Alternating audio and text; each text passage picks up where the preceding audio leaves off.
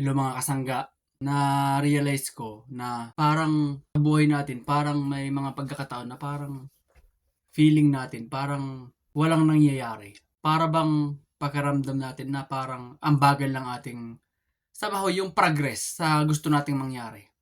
Kaya tuloy naisipan ko na i-dokumento yung aking ginagawa. So, china-challenge ko yung sarili ko na videohan ko yung sarili ko araw-araw na sa kung anong ginagawa ko para pagdating ng next year, re-reviewin ko kung ano yung majority ng ginagawa ko sa buhay ko, kung bakit parang mabagal yung ating progreso. So, china-challenge ko yung sarili ko. Ito yung day 1 ngayon. Ngayon ang day 1 ng ating challenge. Ngayon, April 10 to 2026. So, 7:40 ng gabi. So, ito yung ating gagawin ngayon na first day ng ating documentation ng ating ginagawa. Para next year, ng April 10, 2027, titingnan ko yung majority ng ginagawa ko sa araw-araw ng buhay ko, kung bakit yung progress ko, feeling ko parang kung ano na yung nangyayari, kung ano na yung progress natin. Subaybayan yung ating day-to-day upload ng ating ginagawa araw-araw. At next year, reviewin ko yan kung ano yung majority ng ating ginagawa at pinagkakabalan araw-araw.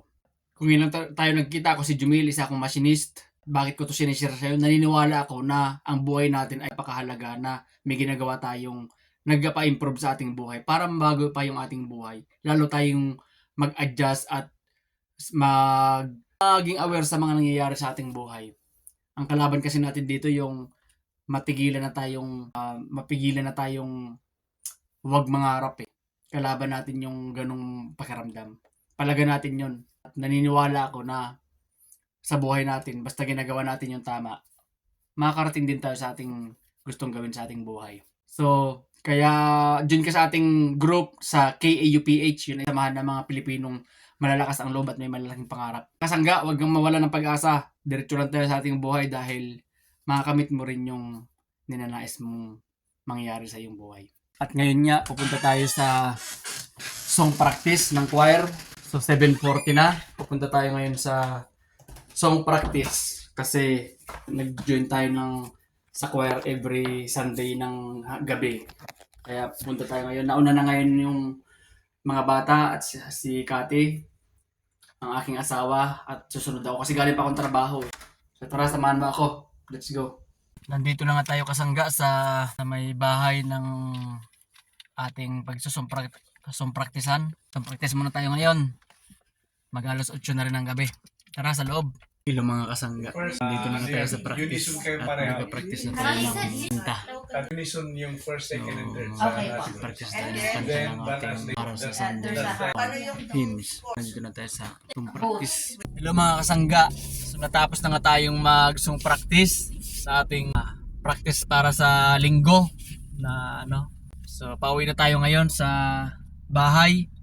Time check, halos mag-alas 10 na rin ng gabi. Kasama ko nga pala mga bata. Say hi kayo kids! Si Connell. So yun lang mga kasangga. Ang ating araw ngayon at gabi na. Tayo pauwi na ngayon. Yun lang, maraming salamat! Dito na tayo sa bahay mga kasangga at nakarating na tayo. 10 o'clock na ng gabi.